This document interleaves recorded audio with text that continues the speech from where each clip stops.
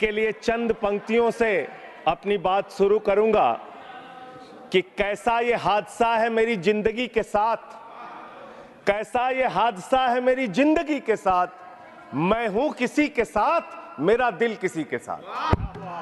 तो जो लोग उधर चले गए मान्यवर, उनका दिल हमारे साथ है, भले वो किसी के साथ हो। मान्यवर, इस बजट का बहुत ढोल पीटा जा रहा है कि बड़ा क्रांतिकारी, बड़ा अच्छा बजट, बड़ा विकसित भारत का बजट है। यह बजट क्या है मान्यवर? पूरे देश को पता चलना चाहिए कि भारत माता की सेना रक्षा के लिए जो बजट आता है, उस बजट में कटौती करने का काम किया गया। 9.6% से घटाकर 9.43% किया गया। भारत का अन्नदाता किसान, जो अपने खून पसीने से देश को चलाने का काम करता है मान्यवर, उसका बजट, कृषि का बजट 3.2% से 20% से घटाकर 3.15% किया गया।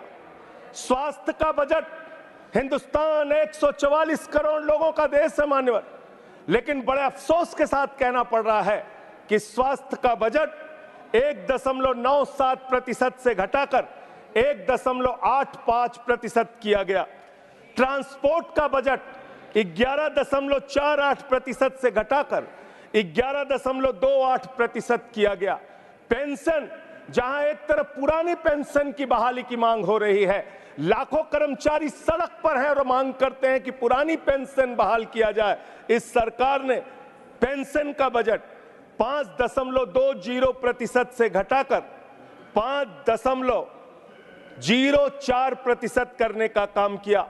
एनर्जी का बजट 2.10% से घटाकर 1.42% करने का काम किया। वैज्ञानिक विभाग का बजट 0.7% से घटाकर 0.6% करने का काम किया। फूड सब्सिडी का बजट 4.38% से घटाकर 4.25% करने का काम किया। नॉर्थ ईस्ट के विकास का बजट, मणिपुर की तो चर्चा आपने नहीं की, लेकिन नॉर्थ ईस्ट के विकास का बजट आपने 0.13% से घटाकर 0.12% करने का काम किया। सामाजिक कल्याण, जिसमें आपका बिल्कुल यकीन नहीं है, उसका भी बजट आपने घटाया। 1.22% से घटाकर 1.17% करने का काम किया। आपने फर्टिलाइजर का, खाद का बजट 3.88 से घटाकर 3.4% करने का काम किया और फूड सब्सिडी आपने घटाने का काम किया। यह है आपके विकसित भारत के खोखले बजट की सच्चाई। हर वर्ग को आपने चोट पहुंचाने का काम किया मान्यवर। आप कहते हैं आप दुनिया की 5वीं बड़ी अर्थव्यवस्था है, 5वीं बड़ी अर्थव्यवस्था है। अरे ये तो सच्चाई बताइए कि ये 5वीं बड़ी अर्थव्यवस्था किसके लिए है? आपने चंद पूंजीपतियों का 16 लाख करोड़ रुपए माफ किया। ये इस देश की सच्चाई है। आपने 16 लाख करोड़ रुपए पूंजीपतियों का माफ किया। आपने 14 देश के प्रधानमंत्रियों ने जितना कर्जा लिया, उससे दोगुना कर्जा अकेले आपकी सरकार ने लिया। आपने 150 लाख करोड़ रुपए कर्जा लेने का काम किया, देश को कर्ज में डुबाने का काम किया। मान्यवर, मैं बताना चाहता हूं इस सरकार से किन किन वर्गों को उम्मीद थी। इस सरकार से उम्मीद थी देश के अन्नदाता किसानों को कि आप एमएसपी दोगुना करेंगे। आपने एमएसपी दोगुना नहीं की। आपने किसानों की फूड सब्सिडी का काटने का काम किया, फर्टिलाइजर सब्सिडी काटने का काम किया, कृषि क्षेत्र को देने वाले बजट को खत्म करने का काम किया। बेरोजगारों को उम्मीद थी, 10 साल में आपने कहा था मान्यवर 20 करोड़ नौकरियां देंगे। 20 करोड़ नौकरियां आपने नहीं दी। फिर नौजवानों ने कहा नौकरी दो, नौकरी दो। फिर आपने कहा पकौड़ा तल लो, पकौड़ा तल लो। फिर आपने कहा पान की दुकान लगा लो, पान की दुकान लगा लो। फिर आपने कहा 4 साल की नौकरी कर लो, सेना में 4 साल की नौकरी। मैं मान्यवर आपके माध्यम से भारत के प्रधानमंत्री से बड़ी विनम्रता पूर्वक पूछना चाहता हूं, देश के प्रधानमंत्री को 73 साल की उम्र में तीसरी बार प्रधानमंत्री बनना है, लेकिन किसान का बेटा नौजवान सेना में 4 साल की नौकरी करेगा। ये भेदभाव क्यों है? मैं पूछना चाहता हूं मान्यवर, आपके माध्यम से इस सरकार से जानना चाहता हूं, अगली योजना क्या आएगी आपकी? आप कह रहे हो इंटर्नशिप योजना, ट्रेनिंग योजना, 5,000 रुपए की ट्रेनिंग ले लो, 5,000 रुपए की ट्रेनिंग ले लो। मान्यवर, 5,000 रुपए की ट्रेनिंग 500 बड़ी कंपनियों में आप देंगे। मुझे भारत की 100 कंपनियां आप बता दीजिए जिसमें एक कंपनी में आप 4,000 ट्रेनी रख सकते हैं। एक कंपनी बता दीजिए जिसमें आप 4,000 प्रशिक्षु आप रख सकते हैं ट्रेनिंग के तौर पे। ये भी आपका आंकड़ा सिर्फ एक जुमला है, इसके अलावा कुछ नहीं है। अब मुझे लगता है एक ही योजना बाकी रह गई है मान्यवर, वो योजना है कि हमारी भारत की सरकार, आदरणीय नरेंद्र मोदी जी की सरकार अगली योजना लेके आएगी कि इस देश के नौजवानों को मुफ्त में 5 करोड़ कटोरा बांटा जाएगा। भीख मांगो योजना लाने का काम ये लोग करेंगे। मान्यवर, इस देश में आपने अर्थव्यवस्था को लेकर कहा आप पांचवी बड़ी अर्थव्यवस्था है। वो 5वीं बड़ी अर्थव्यवस्था का लाभ किसको मिल रहा है? आपके चंद पूंजीपति मित्रों को, जिसका 16 लाख करोड़ रुपए आपने माफ किया, जो हजारों करोड़ लूटकर हिंदुस्तान से चले गए। मान्यवर, मैं बड़ी विनम्रता पूर्वक कहना चाहता हूं, मित्रों बड़ी डिलीटेड जी, डिफिकल्टी। ठीक है सर। मान्यवर, मैं बड़ी विनम्रता पूर्वक आपके माध्यम से पूछना चाहता हूं, क्या इस देश की अर्थव्यवस्था में रेहड़ी पटरी वालों का कोई योगदान नहीं?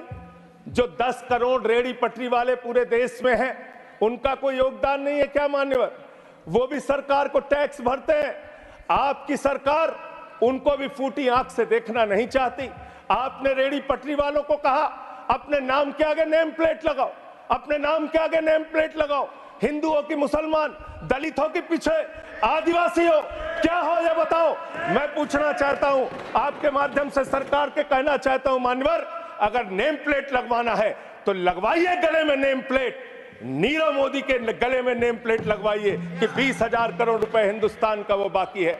लगवाइए नेम प्लेट। 10,000 करोड़ रुपए विजय माल्या हिंदुस्तान का बाकी है। लगवाइए नेम प्लेट गले में ललित मोदी के कि 3,000 करोड़ रुपए हिंदुस्तान का लूट के भाग गया। लगवाइए नेम प्लेट मान्यवर। मैं कहना चाहता हूं नितिन संदेशरा के कि वो 6,000 करोड़ रुपए हिंदुस्तान का लूट के भाग गया। लगवाइए नेम प्लेट अडानी के कि 2.5 लाख करोड़ रुपए का कर्जा आपने एक आदमी को दे रखा है। लगवाइए नेम प्लेट उन पूंजीपतियों को जिन्होंने हिंदुस्तान की बैंकों को खाली करने का काम किया। मान्यवर एक second.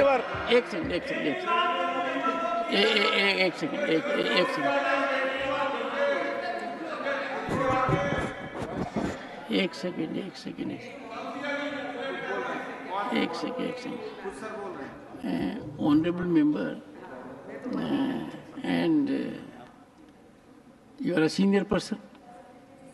Sanjay ji, you are a senior person. धारा प्रवाह में आप काफी कुछ कह गए फिगर्स के बारे में, बाकी तो you can make your point, no difficulty about it. One second. So the figures which you have given, you will have tough time in proving them, because these have been taken in stride. So all that will be deleted, and we will, unless you have real, factually firmed up material, use a name. Make your point. ठीक है sir, ठीक है sir, thank you sir, make your point. Thank you sir. मानवर, मैं तो ये कहना चाह रहा था आपके माध्यम से कि इस तरह के काम देश के अंदर नहीं होने चाहिए। भारत एक धर्मनिरपेक्ष राष्ट्र है और हम जानते हैं अपनी सामाजिक व्यवस्था में, मैं जानता हूं इनके मन में दर्द होगा मान्यवर, अभी चुनाव हारे हैं ये उत्तर प्रदेश में, तो वहां पर अगर कोई बोर्ड लगाएगा जाटव ढाबा, एक सेकंड, जाटव ढाबा कोई लगाएगा, कोई अपने ढाबे के आगे अगर वाल्मीकि ढाबा लिखेगा तो आप लोग उसके यहाँ खाने नहीं जाओगे। मैं जानता हूं आपकी मानसिकता। आप वो लोग हैं जिन्होंने भारत के तत्कालीन राष्ट्रपति श्री रामनाथ कोविंद जी को प्रभु श्री राम के मंदिर के शिलान्यास में नहीं बुलाया। आप वो लोग हैं जिन्होंने मौजूदा राष्ट्रपति श्रीमती द्रौपदी मुर्मू जी को राम मंदिर के उद्घाटन में नहीं बुलाया। आप दलितों से, पिछड़ों से, आदिवासियों से, अल्पसंख्यकों से, मुसलमानों से नफरत करने का काम करते हैं। ये आपकी सच्चाई है। इसलिए नेम प्लेट मत लगवाइए। नेम प्लेट लगवाना है तो जिन्होंने देश की बैंकों को लूटा है उनका नेम प्लेट लगवाइए। और मान्यवर, मैं आपसे, आपके माध्यम से इस सरकार से कहना चाहता हूं, इनका बजट पढ़ रहा था मान्यवर, जेलों को भी इन्होंने कम बजट दिया। अरे जेल का बजट तो बढ़ा दीजिए, 300 करोड़ रुपए जेल का बजट बढ़ा दीजिए। अरे अभी हमको जेल में भेजा है, कल तुमको जेल में आना है, तुम सबको जेल में आना है। जेल का बजट बढ़ा दो, जेलों को ठीक कर दो, अगला नंबर तुम्हारा है, तुम्हें जेल में आना है, इसलिए कम से कम जेलों को तो ठीक कर दो, अगला नंबर तुम्हारा। मैं जेल के बजट पे बोल रहा हूँ मानवर, मैं जेल के बजट पे 1 सेकंड 300 करोड़ दिया, इनको जेल में आना है। 1 सेकंड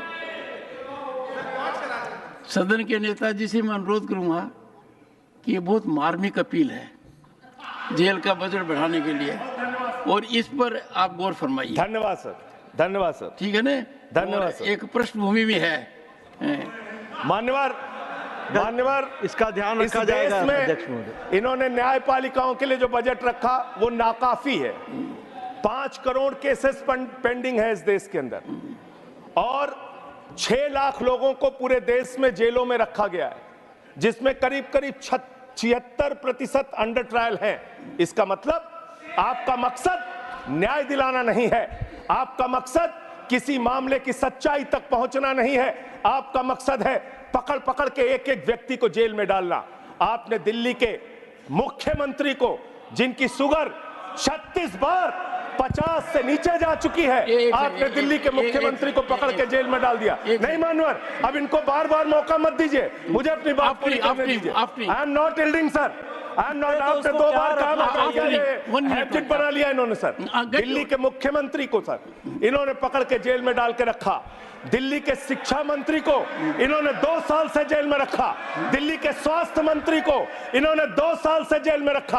आप एक एक विपक्ष के नेता को पकड़ पकड़ के जेल में डालते हैं। हेमंत सोरेन को मुख्यमंत्री को जेल में आपने रखा, संजय रावत को जेल में रखा, अनिल देशमुख को जेल में रखा, सबको पकड़ पकड़ के आप जेल में रखते हैं। बंगाल के 3 मंत्रियों को आपने पकड़ के जेल में रखा। आपका मकसद ट्रायल कराना नहीं, न्याय दिलाना नहीं, आपका मकसद हम लोगों को पकड़ के जेल में रखना है।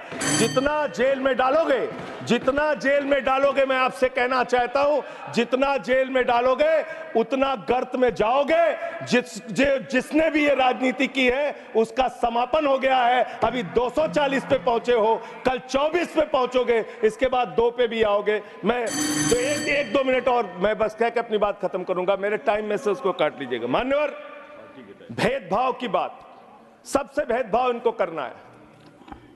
मुसलमानों से भेदभाव, सिखों से भेदभाव, ईसाइयों से भेदभाव, दलितों से भेदभाव, पिछड़ों से भेदभाव, और अब राज्यों से भेदभाव, राज्यों से भी भेदभाव, महिलाओं से भेदभाव, राज्यों से भेदभाव। क्या भेदभाव किया सर इन्होंने? 2,32,000 करोड़ रुपए, 2,32,000 करोड़ रुपए दिल्ली के लोगों ने सरकार के केंद्रीय खजाने में टैक्स के रूप में दिया, जीएसटी और इनकम टैक्स के रूप में। बदले में हमको कितना मिलता है? 0। 9 साल से आप दिल्ली को बजट नहीं देते। पंजाब के लोग, बस मेरे में से काट लीजिएगा सर, 1-2 मिनट काट लीजिए, पार्टी के उसमें से काट लीजिएगा। पंजाब के लिए सर, पंजाब का किसान अपना खून पसीना बहा के खेत में गेहूं पैदा करता है, धान पैदा करता है। आपने 8,000 करोड़ रुपए पंजाब के विकास का पैसा रोक रखा है, विपक्ष के राज्यों का पैसा आपने रोक रखा है। ये भेदभाव क्यों कर रहे हैं आप क्यों कर रहे हैं? आप लिखते हैं राज्यों के विकास से देश का विकास है, ये आप राज्यों का विकास कर रहे हैं। एक एक करके टारगेट करके विपक्षी राज्यों के साथ आपने भेदभाव करने का काम किया। और अंत में कोई मुझे कह रहा था सारे बजट कम किए, शिक्षा के बजट को भी आपने कम कर दिया। मैंने इन लोगों से कहा शिक्षा से इनका कोई लेना देना नहीं है, शिक्षा से इनका कोई लेना देना नहीं। मान्यवर, क्यों लेना देना नहीं है? क्योंकि दिल्ली विश्वविद्यालय में मनुस्मृति पढ़ाने जा रहे हैं ये लोग। मनुस्मृति पढ़ाएंगे कि दलितों के, पिछड़ों के, जिनको आप शूद्र कहते हैं, आप शूद्र कहते हैं, अगर वो श्लोक सुन लेंगे तो उनके कान में पारा आप कैसे डालेंगे? ये पढ़ाई आप कराने जा रहे हैं दिल्ली विश्वविद्यालय में, ये पढ़ाई आप कराने जा रहे हैं। इसलिए मान्यवर, मैं आपसे यही कहना चाहता हूं, ये बजट हिंदुस्तान के किसान के खिलाफ है, ये बजट हिंदुस्तान के नौजवान के खिलाफ है, ये बजट हिंदुस्तान के व्यापारियों के खिलाफ है, ये बजट सिर्फ और सिर्फ मोदी जी के मित्रों के लिए बनाया गया है, मित्रों के लिए बनाया गया है, मित्रों के लिए बनाया गया है। The later part will not go on record. हाँ, honorable members.